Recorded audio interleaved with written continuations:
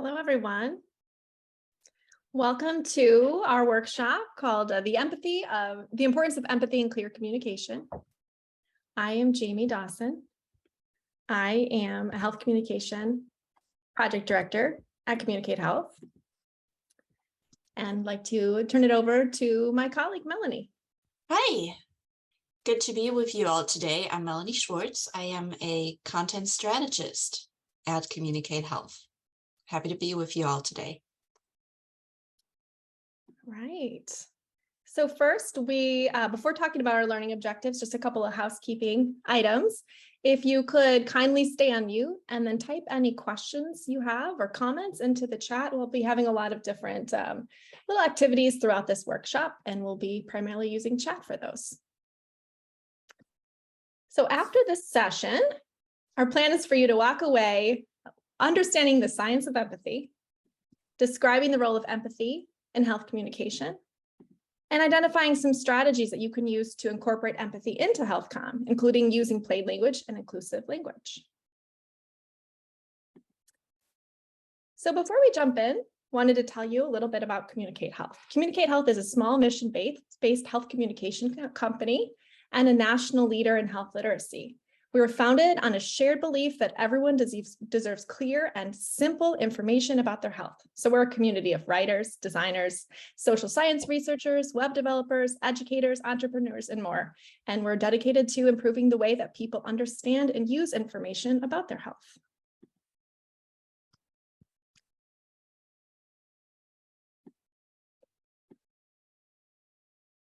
So let's start by defining empathy. Empathy is the ability to understand and share the feelings of another person. It's our ability to put ourselves in someone else's shoes and feel what that person is going to feel. It's recognizing and validating someone's fears, their worries, and their pain.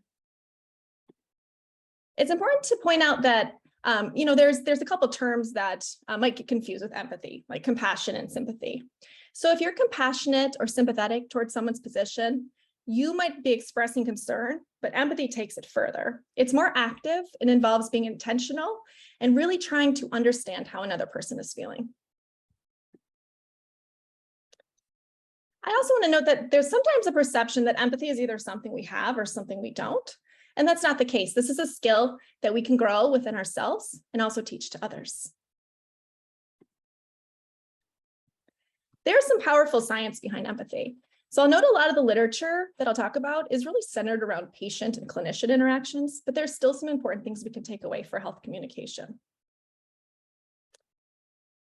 So empathy is really about connection. And in healthcare situations, we often feel vulnerable and we're potentially in pain. And when we feel like a provider, for example, is taking the time to connect with us and understand us, trust is built. And we know we're being taken seriously, and we might begin to feel better right away. And in healthcare, studies have shown that the foundation of connection improves the likelihood that we will listen to and follow instructions. And at the end of the day, we're going to feel more satisfied with our care.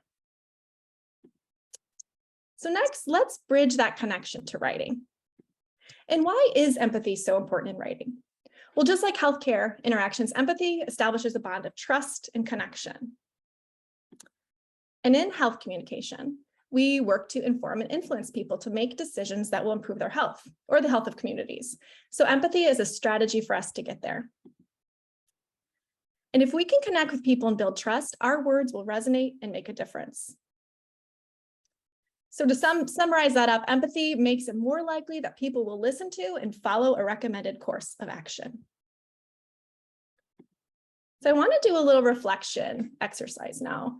If you can either grab the notes section of your phone or computer or a piece of paper, if you can take a couple minutes to reflect on a time where you personally were treated with empathy.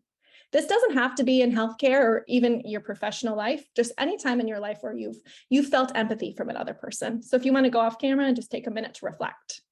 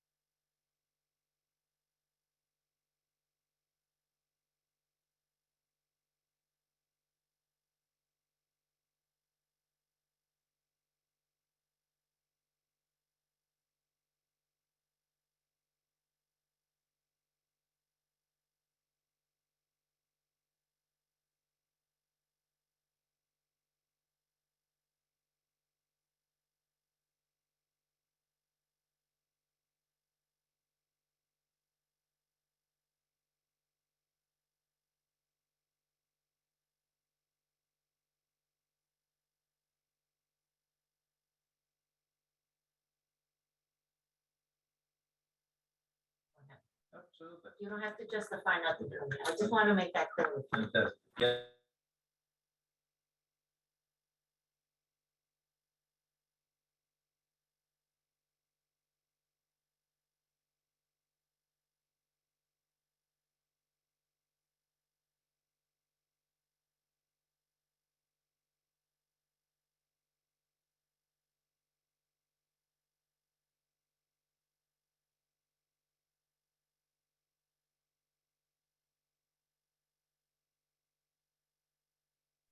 Yes, and for those who have just joined, we're taking a couple of minutes to reflect on a time when someone treated us with empathy, either in our professional lives or personal lives, and really what that experience was like for us. And so we'll take about another minute and we'll come back as a group.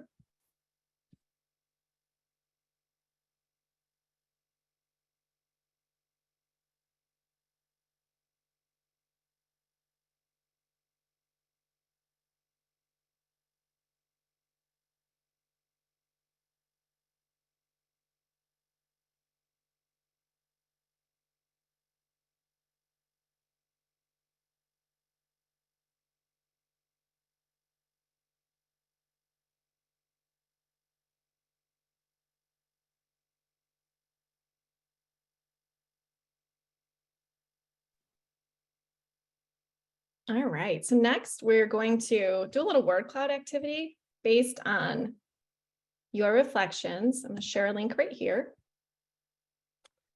If you can click on that, it should open a word cloud prompt that says share a word or two describing how you felt after being treated with empathy.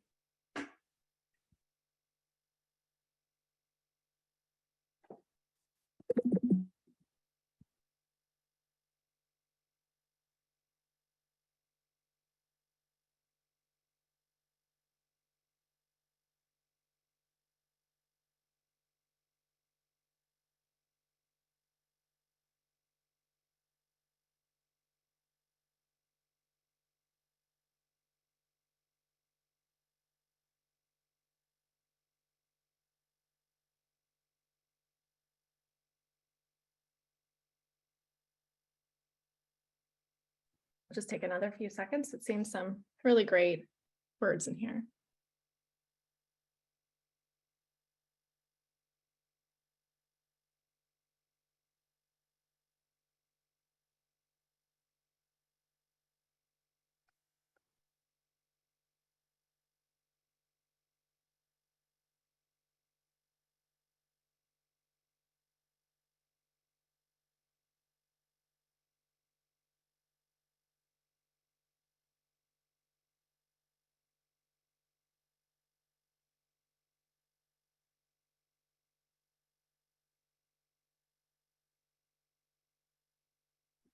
All right. Still a couple of responses trickling in, but I'm sharing the word cloud with everyone so you can all see that. Seeing understood is the most common response. Heard, cared for, supported, comforted, respected, validated, grateful, lighthearted, emotional, less scared, more in control, seen, respected. Yeah, so some pretty powerful responses. And thank you all for taking some time to reflect, because I think it's really important as we get started in this presentation to be kind of just remembering an experience where we were shown empathy, because that will really help us as we're reflecting on how we can do that more in our work. All right.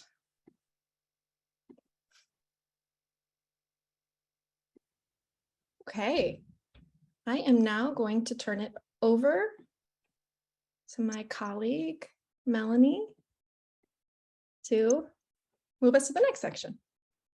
Thank you so much, Jamie. Yeah, now that we talked about what empathy is and why it matters for our communications, we want to look at some strategies that you can use. We picked 4 main strategies for communicating with empathy to explore with you all today. And if you're familiar with the principles of health literacy and plain language writing, I think some of these are going to look pretty familiar. The 4 strategies are acknowledge uncertainty and challenges, withhold judgment, meet people where they are, and choose relatable and authentic visuals.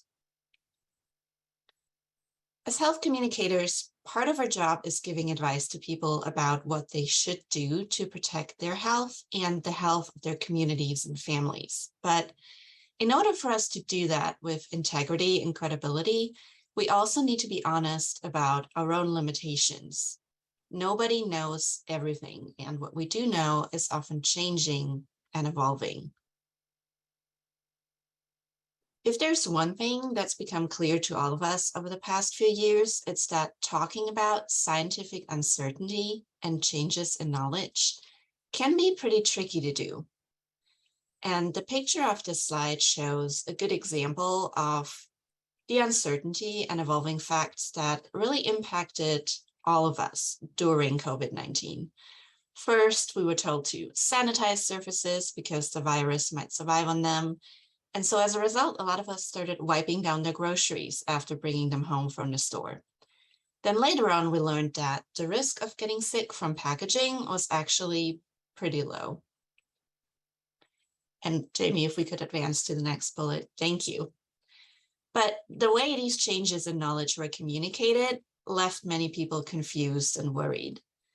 And what's probably worse, it's also left some people distrustful of the guidance that is given out by public health agencies. So what can we do to build that trust with our readers when we're talking about evolving facts?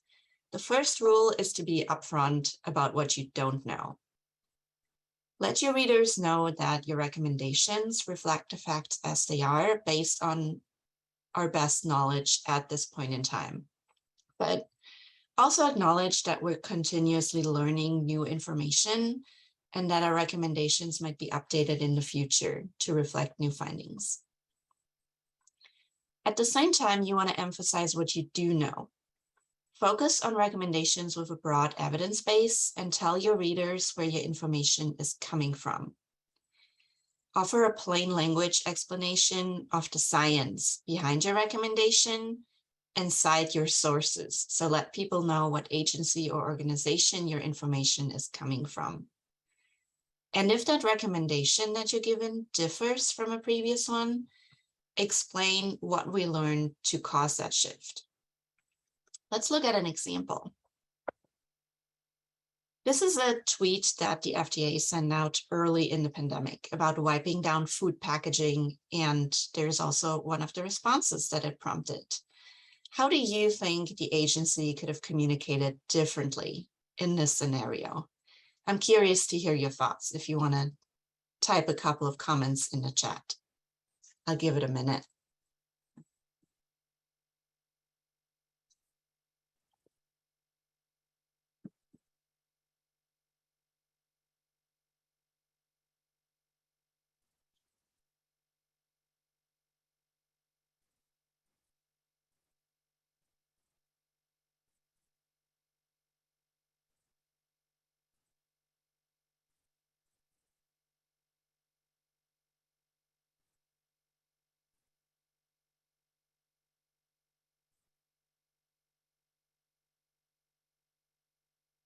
Okay, so someone's saying an apology for getting it wrong before. Acknowledge that information is changing based on findings and that it may be frustrating. Yeah, that's a good one. Acknowledge that feeling of frustration that's caused by changing information. Acknowledge that people are scared. Very good. Yes, give their sources. Say more about the information that they're basing their recommendations on.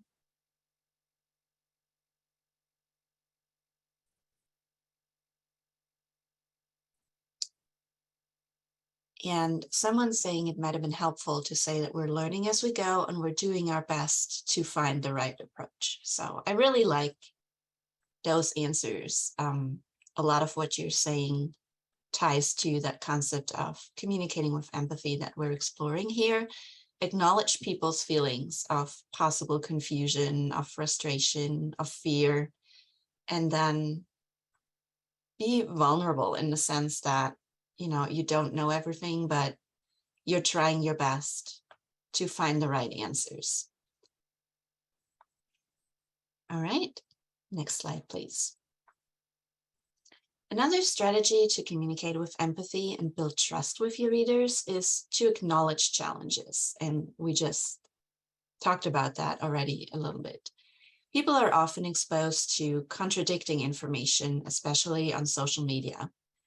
So by acknowledging that it can be confusing, you're taking that first step towards connecting with people, and then also help your readers spot pseudoscience.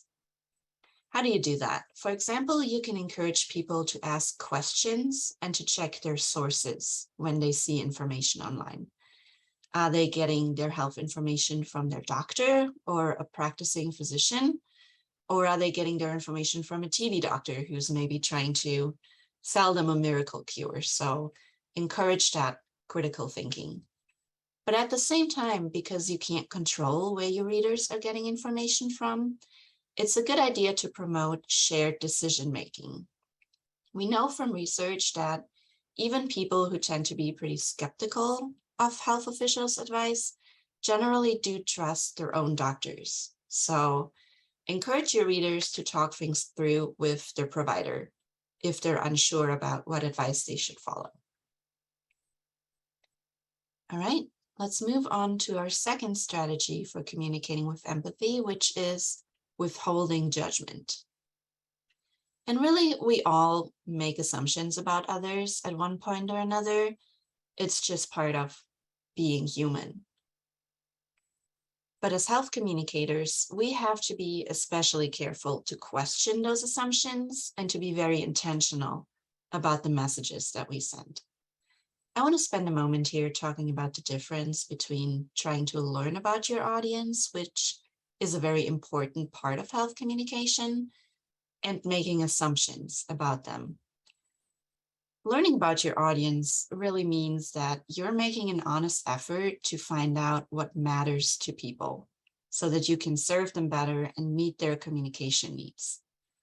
Making assumptions, on the other hand, means claiming that you know about their intentions or why they might choose to do something or not do something.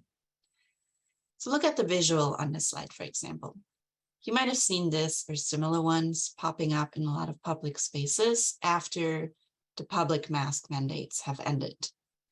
Have you ever caught yourself getting frustrated with someone who wasn't wearing a mask in a public space when you thought they should be wearing one? Because I know that that happened to me quite frequently. And you might have thought to yourself, well, they probably just don't care about my health, but let's question that assumption for just a moment. Isn't it also possible that they simply forgot, or that maybe they have a health condition that makes it hard for them to breathe through a mask? So this is not about encouraging people to ignore public health rules. It's really about questioning your own assumptions and giving people the benefit of the doubt. Avoiding assumptions means that we're giving people the benefit of the doubt when they don't act the way that we think they should, and looking at things through an empathy lens. This is where the concept of autonomy comes in. It's built on the idea that people really want to make good decisions for themselves and for their families. And if you've worked in health communication in any form or shape during the pandemic, this has probably come up a lot for you. In general, people like to feel that they're in charge of their own health, and that hasn't always made our jobs easy over the past couple of years, but we've also learned that working with that autonomy and communicating from a place of empathy and respect is ultimately going to make for more successful health communications. And this leads us to our third strategy, which is meeting people where they are.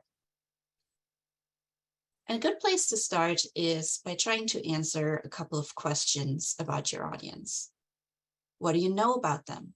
That could be demographics like age, race, ethnicity, their location, or their level of education.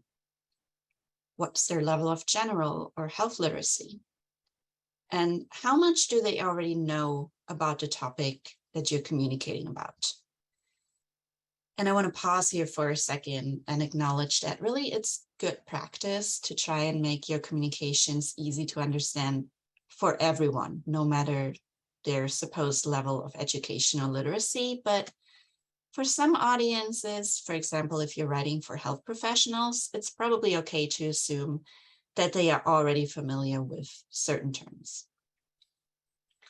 Ask yourself, what might make it harder for your audience to understand information and act on it? Think about possible barriers. For example, do they have access to information and how do they access it? So the best website that you're making is not going to help people if they don't have reliable internet access or they don't even have access to a computer. So those are the questions that you want to answer. One good trick to help you put yourself in your reader's shoes is to think about questions that they may have. What worries them? What concerns them? And what might they want to know more about? But that can be hard to predict sometimes. So if you're not sure what questions your readers may have or what they care about, one way to find out is to ask them. There's a lot of ways to gather insights from audience members, like focus groups, interviews, or surveys. Those are the things we call formative research, but sometimes you just don't have the time or the budget to do all those things. But you can still try and get feedback. You can reach out to your professional or social circle and try to get input from people who identify as members of your intended audience. So even feedback from one person really is better than no feedback at all. All right, let's try and practice this for a little bit. Say, for example, you're writing web content promoting healthy eating for older adults. I'd like us all to take a few minutes to consider what information might be useful to them. Are there any considerations for how to present this information? What are the barriers and what might make it easier for them to act? Go ahead and share your ideas in the chat. We'll take about 3 to 4 minutes.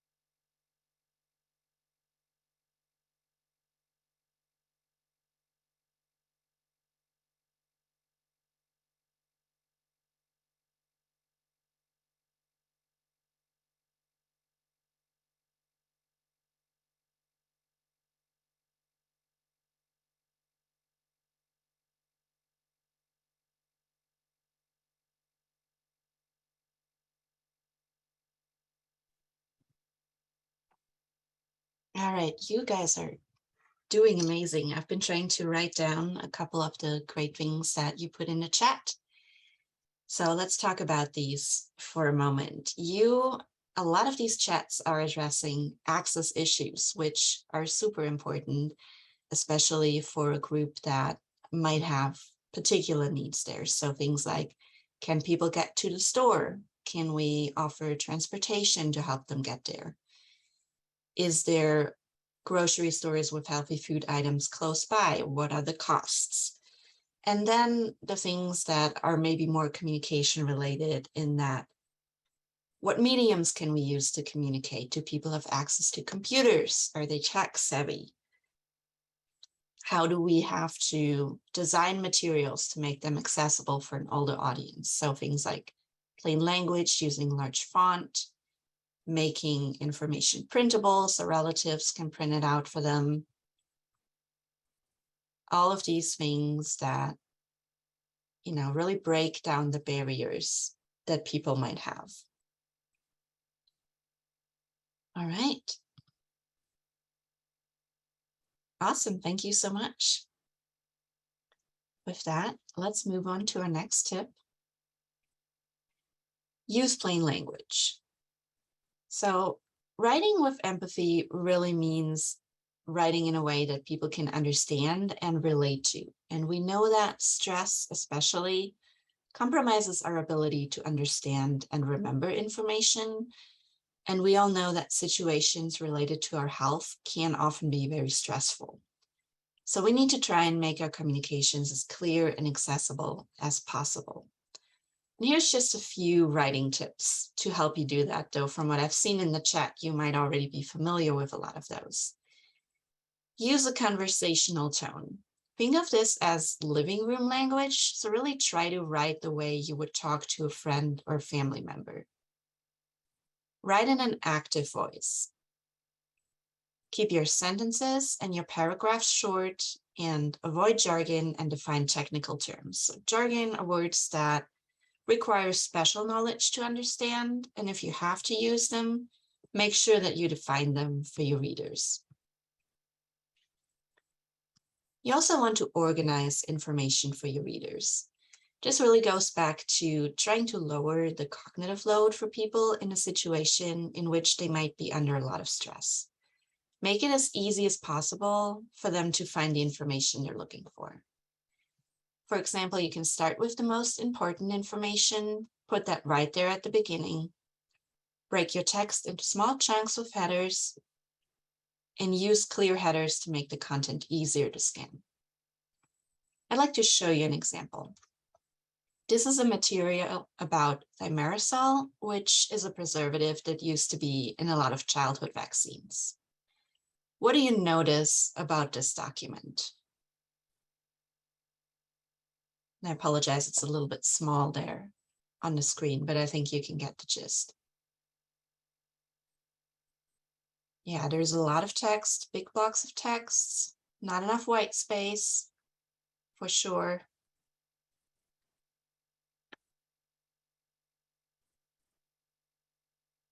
A wall of words, yep. Definitely. And so one thing about this, and this print might be too small for you all to see that on here, but it looks daunting. Yeah, it definitely does not have a clear primary message. And one thing about this is that it starts off with a whole lot of scientific information about the substance, which really people might not need to know at this point and might not care as much about. Let's look at a revised version of the same material. What do you notice about this one in comparison?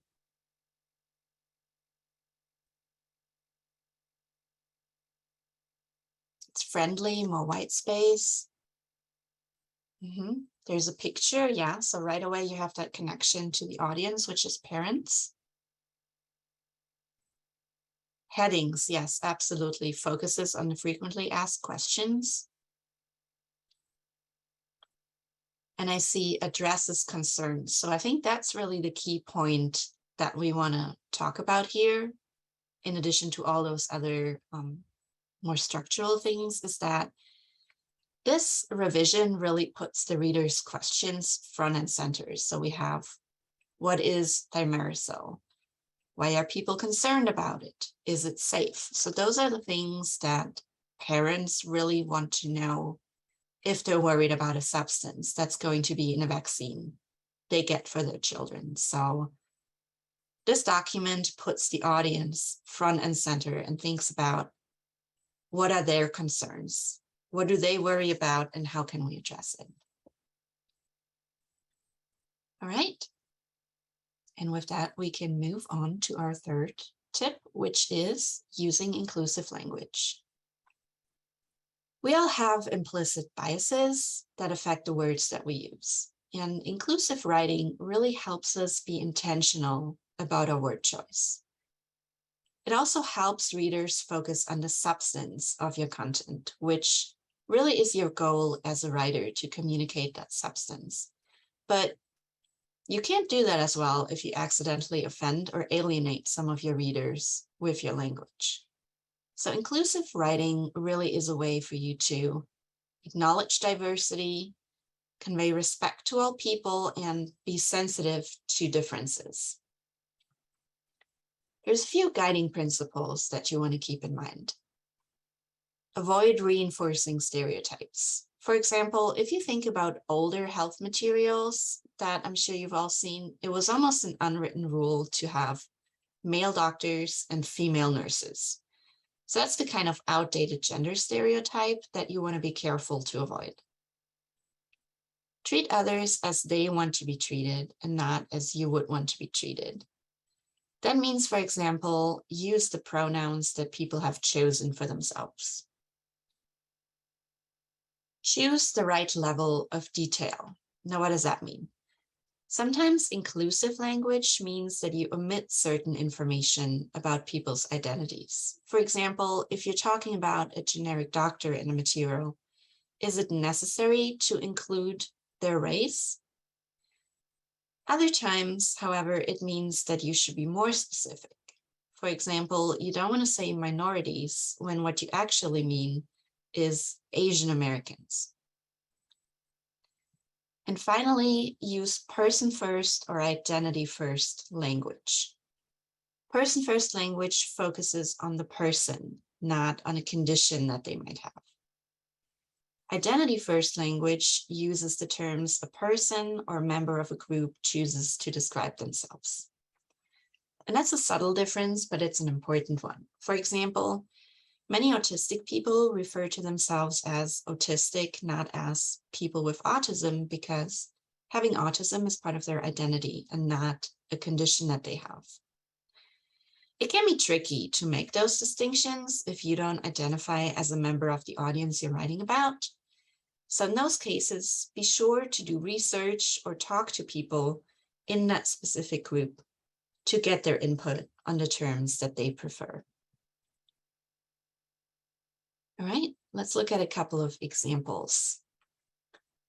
If we can pull up the first example, instead of mother or father, what do you think might be a more inclusive way to say this? Parent, yeah, absolutely. So parent, we also have guardian or caregiver suggested here on the slide. How about the next example? Wife or husband, what could you say instead? Spouse, partner. Yep, definitely. Partner is always a good inclusive alternative. Pregnant woman, how about this one?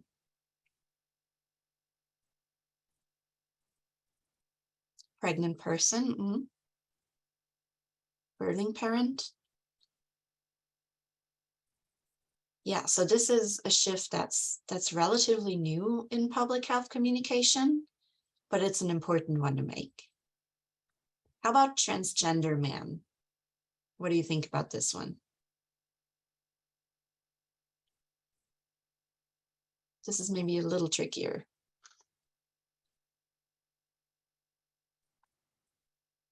Just man. Yeah, and that's really where the nuance comes in. So in that case, consider the context. So if the person's identity or trans identity isn't relevant to your material, just say man. However, of course, if you're writing a material for transgender people, you might need to be that specific. So just think about your context and think about what would be the most appropriate and inclusive way to say this. How about a diabetic?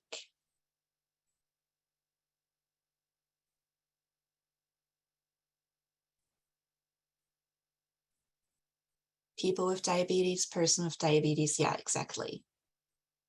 So that's an example for where you would want to use person first language. How about a person who is hearing impaired?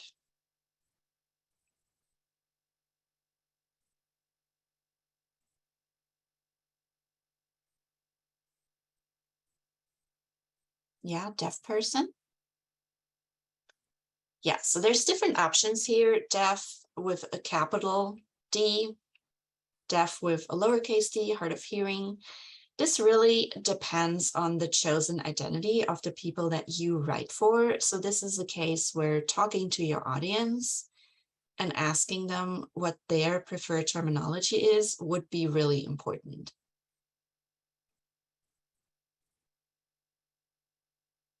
Is this distinction clear to everyone? Because I know this is really tricky. Or are there any questions that you all have about this? Maybe let's pause here for a moment.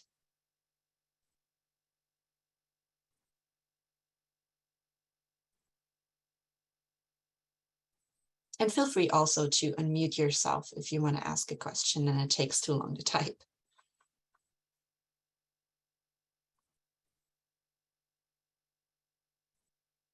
Okay, explain deaf versus deaf. Yeah, that's a good one. So the capital letter deaf is often used in the deaf community for people who really identify with being deaf as part of their identity, rather than a condition or an impairment that they might have.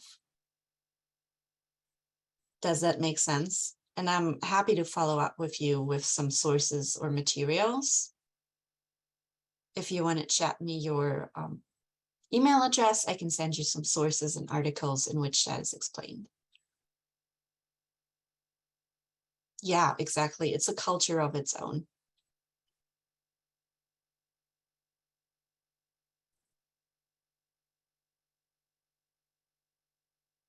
All right. And feel free to also keep chatting out questions as we move on, and we'll do our best to answer them all before the end of it. All right. And with that, I believe it's on to Jamie for our fourth tip. Yes, thanks, Melanie. So the next thing we want to talk about is voice and tone. And voice and tone can go a really long way when we're working to express empathy in our writing. So first, some definitions. Voice stays consistent. It's really the personality. We use a voice to adopt a certain personality as an individual, or one that we might want to convey as the organization that we're writing on behalf. So again, it's the personality, and often we strive for a voice that is friendly, knowledgeable, and trustworthy. Let's see, and that stays the same no matter what we're writing about. But when we're talking about tone, this is, put simply, a writer's attitude towards a topic. So it's a mood. We want to convey our thoughts and emotions with the words that we choose. And we might change our tone depending on the situation or what we're trying to communicate in our writing. So let's look at a couple of examples here. This first one is a food safety alert from CDC. This was back in 2018, and CDC was warning people about an E. coli risk from romaine lettuce. This was pretty early in the outbreak, but we know that E. coli transmission from food can be deadly. So how would you describe the voice or personality of CDC or federal agencies in general? So what's their personality? Authoritative. Yep. Professional. That's right. Generally, yeah, pretty formal. SMEs. Too formal. Stiff. Yeah, I mean, I think that sometimes it can come across, writing that's quite scientific or authoritative has a risk of coming across that way, which is why empathy is so important. So consider this communication. So we talked in general about the voice of a federal agency, but this specific communication, what's our tone? What's the attitude and mood in this communication about lettuce alert. Yeah, important, serious.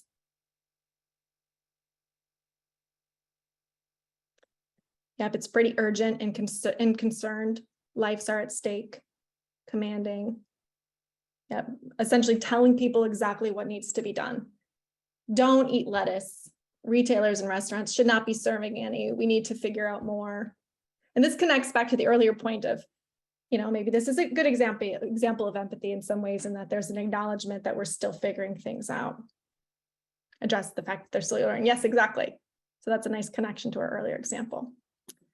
So moving on to another communication from another federal agency. This is from the USDA, from the site nutrition.gov, also about food. And this article is called 5 Healthy Eating Tips for the Holidays. So the intent of this article is to encourage people to eat nutritiously during the holiday season. So how would you describe, again, going back to that concept of voice, of personality, how would you describe the voice?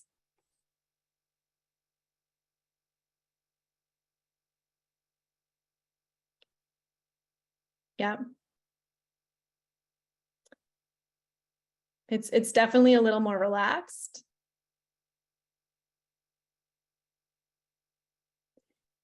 Not limiting, engaging, and purposeful. Oh, that's a nice call out. Talking directly to us as opposed to saying consumers should. Yeah, and if you were to dig into the content on nutrition.gov, there certainly is a lot of guidance, scientific guidance, knowledgeable, trustworthy, connecting back to that general voice of federal agencies. And then the tone of this article, I think a lot of you really touched on, it's a lot more supportive. I like that, attainable, really letting people know what to do. And again, there's more like concrete tips within this article, but definitely is a little bit more relaxed, suggestive, educational, gives people choices. Yeah. Yeah, and I think this could be a nice example of empathy in that, it is relaxed, that it acknowledges that it can be hard to make healthy choices during the holidays. We want you to celebrate. Here are some ideas. Takes time to connect. Yeah. Great. So to summarize, our voice is our personality. It doesn't really change, but we do change our tone depending on the topic we're writing about and to match a reader's emotional state. So meeting people where they are once again. So let's take a minute to practice. We have a few prompts here. Read the prompt here and then describe the tone that you would use as a writer in the chat. This first one is, you're writing social media content to educate new parents about the importance of childhood vaccination. Describe the tone you'll use.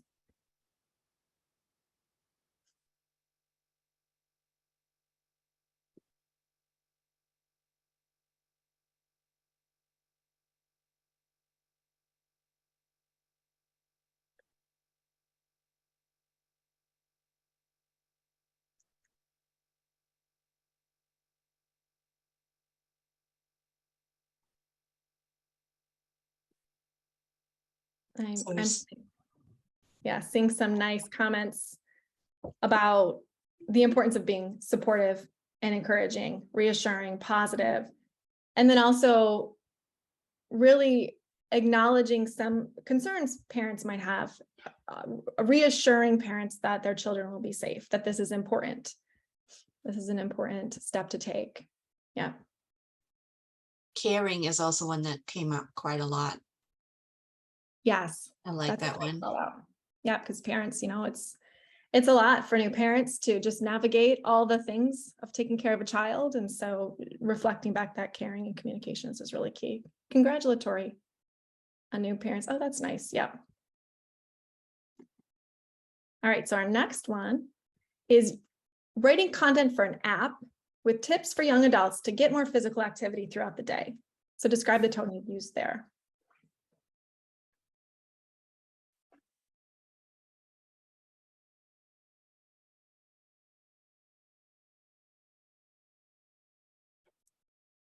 Yeah. Chill. That's right. Energetic and engaging, motivational, lighthearted, conversational, upbeat, relevant, fun and silly. Yeah, you have a lot more, not preachy. You have a lot more space when you're not communicating about something urgent or life-threatening. Certainly physical activity is very important to our overall health. And yet, there's a lot of wiggle room with how we're communicating to be approachable and to encourage people to take action. Yeah. And our third one. So you're writing an article about pancreatic cancer treatment, including survival rates and prognoses for people who are newly diagnosed. Describe the tone you're using in your writing.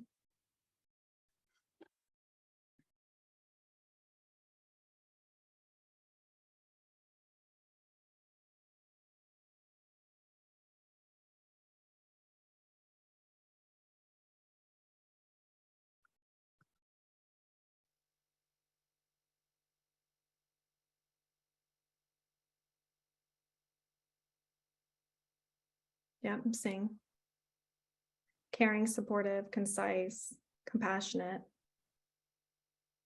empathetic to the challenge, warm, factual, conveying comfort. Yeah, it's a nice mix of sharing facts, sharing data, and providing support and compassion. That's great. Acknowledging the fear, be clear about next steps, keep it simple. Yep. Yeah, and I think this connects to an important point about health literacy, that health literacy is a state, not a trait, and that if we're dealing with health information at a time where our lives, we're concerned about our health, it's hard to process that information. So when we're writing about something as serious as cancer, having simple, concise information is even more important. Great. All right. So, this connects to some of the themes that we saw in these examples, but just making sure that we're making information easy to act on. We've talked about acknowledging barriers and how important it is for us as writers to be empathetic, that there are things that might get in the way of people making healthy choices. And so barriers really do vary depending on your priority audience and the topic you're writing about. There's a lot of examples here, maybe a barrier of cost when it comes to accessing healthcare, or a new parent feeling too tired to get enough exercise. So we want to give clear action steps and be specific about what to do and how to do this. So we can address this by being really clear about what someone can do, even if there are barriers. And we want to be motivating, tell people how they can benefit from certain behaviors. So we want to show this, we take this further by outlining some small steps, and I'm going to circle back to this with that postpartum example in just a minute. Okay. So I want to take a minute to talk about using visuals as another way to show empathy in our communications. Visuals are a powerful part of health communication. And we know that when images are added to text, readers are more likely to read and recall health information. And pictures also help readers understand what they're seeing in a health communication material. So this imagery is an important health literacy tool, and we can use the right images to express empathy too. So here are some tips. Choose realistic images instead of using staged, glamorous looking pictures. We want to be able to meet people where they are by essentially just being real. So let's say you're looking for a picture of someone preparing a healthy meal. You want the kitchen in the background to not be too upscale or pristine, because we all know that things get messy when we're cooking. And diversity is really important too. We want to include diversity of age, race, ethnicity, gender expression, body type, and ability, and more in our imagery. We want our images to resonate with our priority audiences, but you definitely want to prioritize diversity when selecting images. I mentioned showing people in everyday situations. We want to make sure that people can resonate to the images that we're showing. And a quick note too, to make sure that we're not showing anything that could trigger people. So for example, if we're wanting to communicate about the importance of COVID-19 vaccination, show somebody with a Band-Aid on their arm to represent someone who just got their vaccine instead of showing a needle, because we know that a lot of people are fearful of needles, and that might not be very encouraging. And we have some questions here in the chat, or a comment from Anushka that I want to point out. She says, as a visual designer, I'm often frustrated by the disparities that exist online when many pictures or illustrations are for white communities versus people of color. Yeah, I think that this is a really important point, and I know a challenge that we've had as well. We've taken some photographs on behalf of clients before to address this for certain campaigns when we just haven't had great luck with stock photos. No, that's not always possible to do. But I will say that we are finding more and more that there are more diverse pictures available, but I still think it's a challenge and a need that we'll continue to address.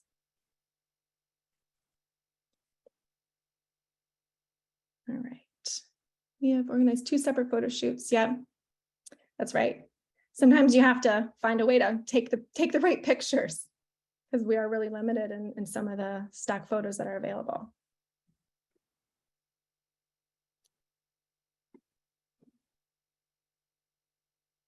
All right. So I want to move on to some campaign highlights. So a couple slides ago, I mentioned how important it is to make advice easy to act on. And we do this by acknowledging barriers with empathy and including tips that meet people where they are. So this is an example from the Office of Disease Prevention and Health Promotion's Move Your Way campaign. And this campaign encourages people to meet the physical activity guidelines. This is from a video series for pregnant and postpartum people. And in this video, ODPHP shared a few tips to encourage physical activity for people while they're pregnant. And so this specific tip encouraged viewers to listen to their body and acknowledge that physical activity might feel different during pregnancy. So this is a nice example of actually kind of going out there in the world and taking real footage of people. These videos were filmed in people's homes. So people were wearing their own clothes, standing in their own homes, and that added a nice realistic element to this work. I'm going to share the links to this campaign in the chat shortly. Here are some other images from the Move Your Way campaign. So again, ODPHP has prioritized diversity in the imagery, diversity in race, ethnicity, age, body type, and ability. And in one side note about selecting images, wherever you can, prioritize user testing. In this campaign, we supported ODPHP to do both formative research and product testing to make sure the images and campaign messages really did resonate with our priority audiences. And thank you. Yeah, it's a great selection of images for this campaign.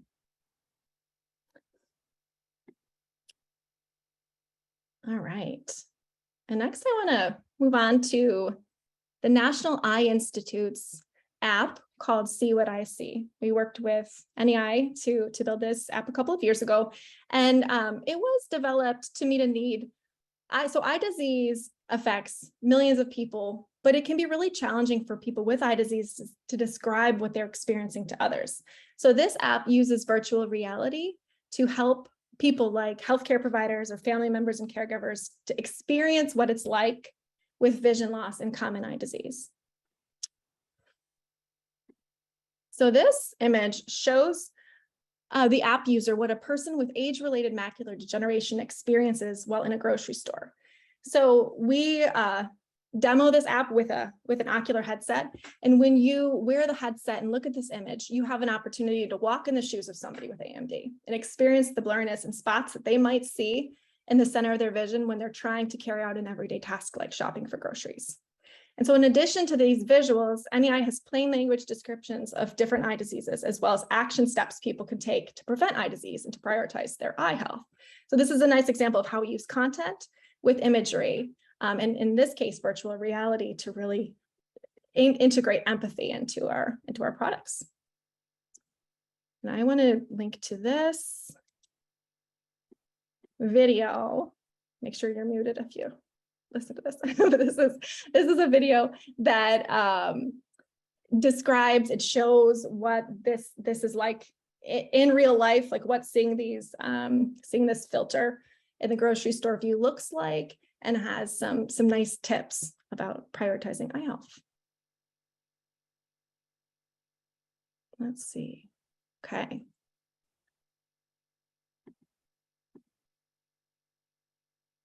All right. So we're moving on next to an activity, and we'll be breaking out into breakout groups for a few minutes. And we want to start this by asking you to identify a health communication campaign that is an empathy exemplar. So first, take 5 minutes on your own to find a campaign. And then we'll break out into groups and take turns sharing about how this campaign uses some of those characteristics that we outlined for empathy and clear communication. So acknowledging uncertainty and challenges, withholding judgment, meeting people where they are, and choosing relatable and authentic visuals. I'll share with you a couple examples. Let's see.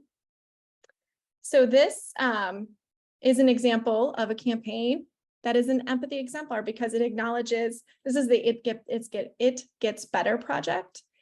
It acknowledges challenges, it meets people where they are, it uses relatable and authentic visuals. And this campaign features really incredible videos that educate and share stories. It shares real stories told by real people and is it's a powerful way to directly impact people. People in the LGBT community can get support by seeing their own experiences reflected in the stories of others. And these videos directly address real challenges like bullying, lack of family support. And at the same time, the tone is vibrant, it's joyful, and it's complemented by lots of beautiful and colorful imagery. So that's one example. And then another one is this campaign called Be an Antibiotic Hero. This was developed by the Milken Institute School of Public Health at the George Washington University and the Urgent Care Association. So the goal of this campaign was to encourage people to only take antibiotics when they need them. And so this campaign provides some gentle education about a serious public health issue. And I think it does a nice job of withholding judgment and acknowledging the challenges people face when they are sick and when they're seeking treatment. So when you break up in your groups, just see if you can find a campaign, just like I did, and share a couple of notes about what you think makes this a good example of empathy. So we will give you about 2 or 3 minutes.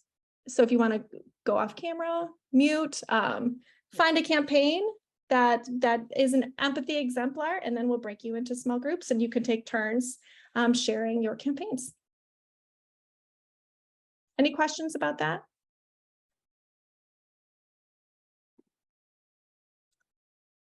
All right, we'll break you out into groups in about 3 minutes.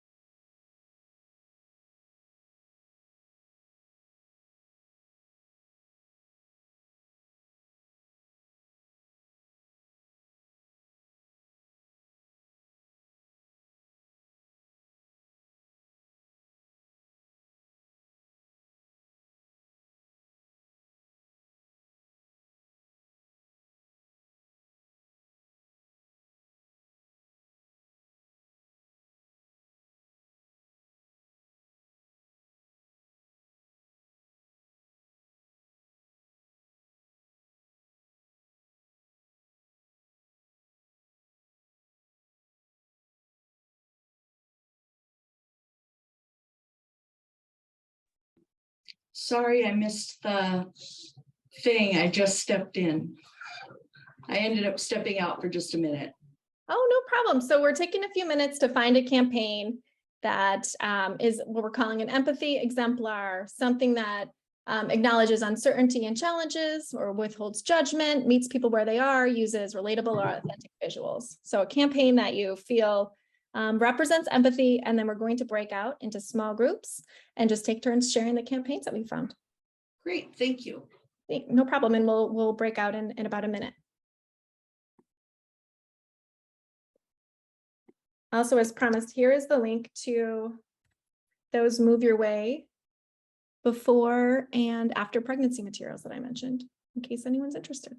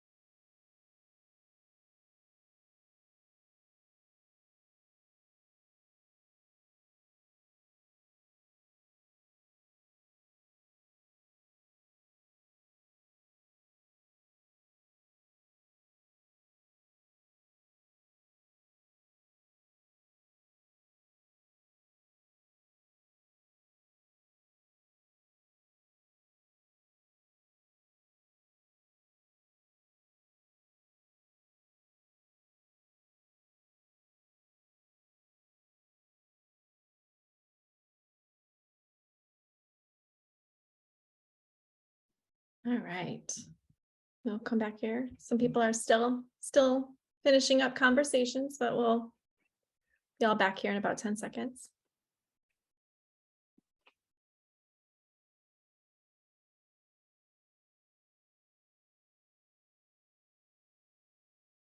All right, welcome back.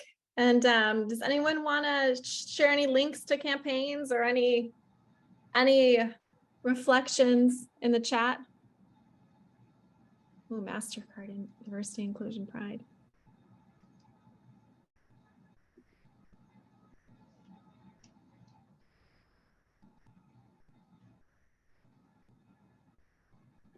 I'm not going to be able to resist. I have to look at these now. Me too. Yeah, I haven't seen the MasterCard one. This is really cool.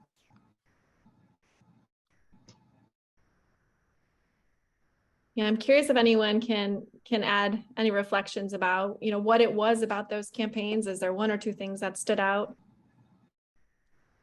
Yes, St. Jude, absolutely. Bedsider.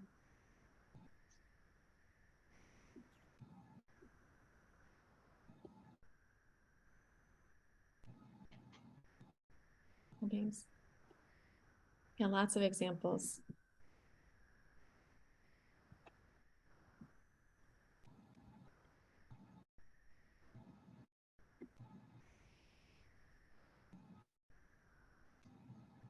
And any more thoughts on what it was about those campaigns that really resonated with you? Take control message.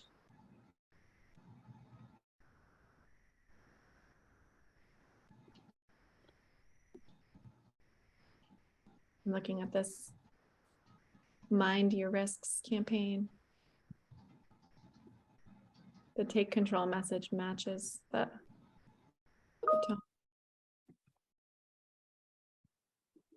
Great, these are wonderful. Oh, go ahead.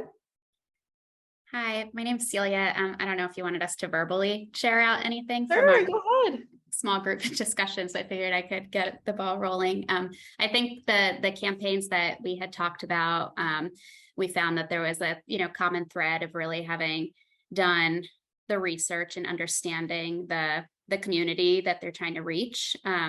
And one example in particular kind of framed things from the perspective of an HCP, but kind of framed it around at first identifying with that audience before just going into to tips and information and some of the other communities that we looked at as well, was really encouraging sharing and resource sharing and swapping stories versus kind of speaking to these communities on social. That's wonderful. Thank you. Yeah, it sounds like another good example of storytelling in campaigns. Thank you for sharing. Any other big takeaways? Yeah, certainly feel free to speak up. I know there's a lot of us, but if you'd rather summarize some conversation from your groups, please do.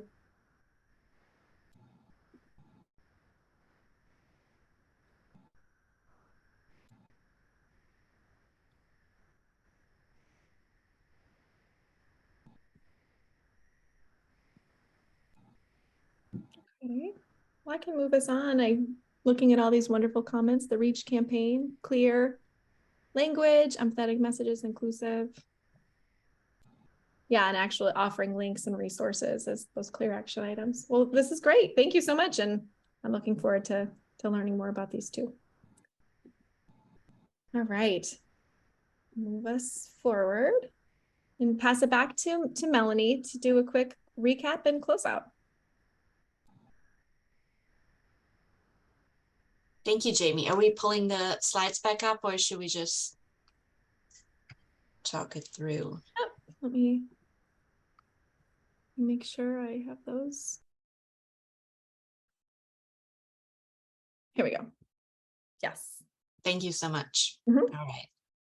So just a quick recap of what we talked about during this presentation, why we want to use empathy in our communications. Of course, we all want to feel seen and heard, and empathy is really a way for us to accomplish that with our audience. Communicating with empathy helps you establish a connection with your reader. And doing that builds trust, and it makes it more likely that your message is going to resonate, which of course is, when it comes down to it, that's why we're all here, right? We want to give people advice to take good care of their health, of the health of their families and communities. And if we build that connection and people feel like they are being seen and their emotions are validated, then they're more likely to take our advice. Then let's look at how we can build that empathy. Acknowledge uncertainty and challenges is one of the strategies we talked about. Withhold judgment. Meet people where they are, which really is think about your audience. And I think we have seen some great examples of that in the campaigns that you all just shared with us. Use clear and inclusive language. Choose the appropriate voice and tone, and give clear action steps. Make your advice as easy as possible to act on. Think about barriers. And finally, choose relatable and authentic visuals. All right. Thank you all so much for being here with us today. Are there any questions or comments that you all have that we haven't already discussed? And feel free to type in the chat or unmute yourselves.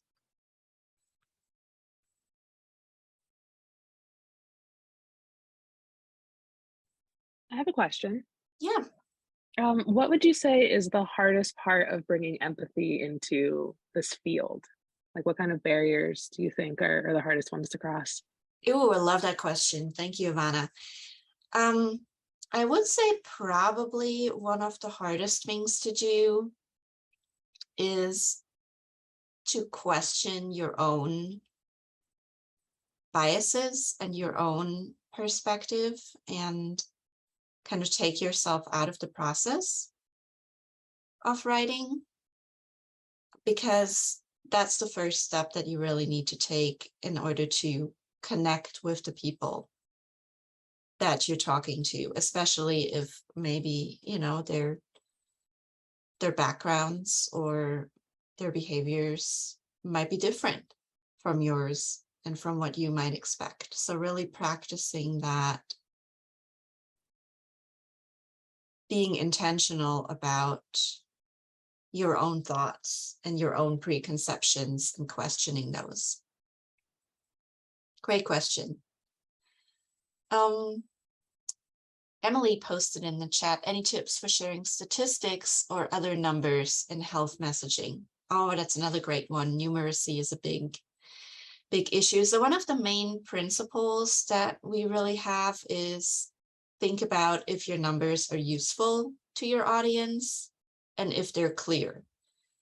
Are they background information, in which case they might not be necessary, or are they numbers that people need to make decisions about their health, in which case, oh, and Jamie just posted a We Heart Health Literacy blog post into the chat about that exact question, which you might find helpful. But yeah,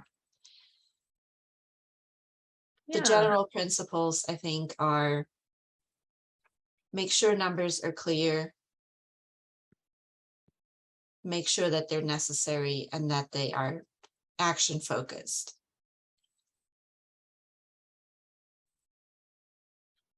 Yes, and Lynn is talking about, and this goes back to the question we had earlier about overcoming your own biases. Yes, one way to do that is to make sure our team is diverse so that the messages we create can be more inclusive. Yes, excellent point. I love that. And really, we see that at CH a lot. And that's one of the things that we try to promote, you know, in our culture is everybody has a story and everybody has their own, has something that they bring to the table. And so building those connections and talking to each other and getting input from people who come from a different background and who have a different perspective is really what makes us stronger and better communicators.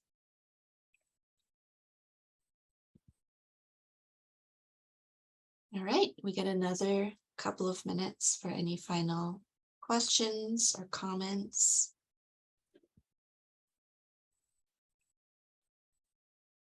But if there's nothing more to say right now, also feel free to reach out to us.